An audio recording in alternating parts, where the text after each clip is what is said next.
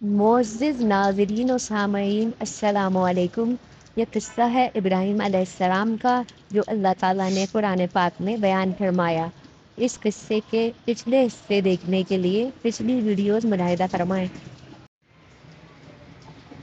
آزر بھی چلا اور چلتے چلتے ابراہیم علیہ السلام سے کہا کہ تم بھی ہمارے ساتھ چلو، تم کیوں نہیں چلتے؟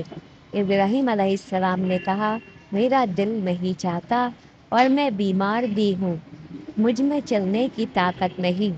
جب سب چلے گئے اور ابراہیم علیہ السلام تنہا رہ گئے تو بت خانے میں آئے اور بتوں سے کہنے لگے یہ کھانا پانی رکھا ہے کیوں نہیں کھاتے پیتے؟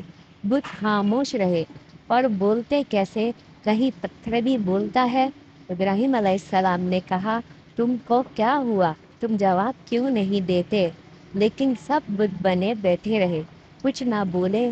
اس وقت ابراہیم علیہ السلام کو بہت غصہ آیا اور تبر اٹھا کر تمام بتوں کو توڑ ڈالا، صرف ایک بڑے بت کو چھوڑ دیا پر اس کے گلے میں تبر لٹکا دیا تاکہ لوگ سمجھیں کہ یہ سب اسی بڑے بت کا کیا دھرا ہے۔ جب لوگ میلے سے پلٹے اور عبادت کی غرض سے بت خانے میں آئے تو یہاں اور ہی تماشا دیکھا۔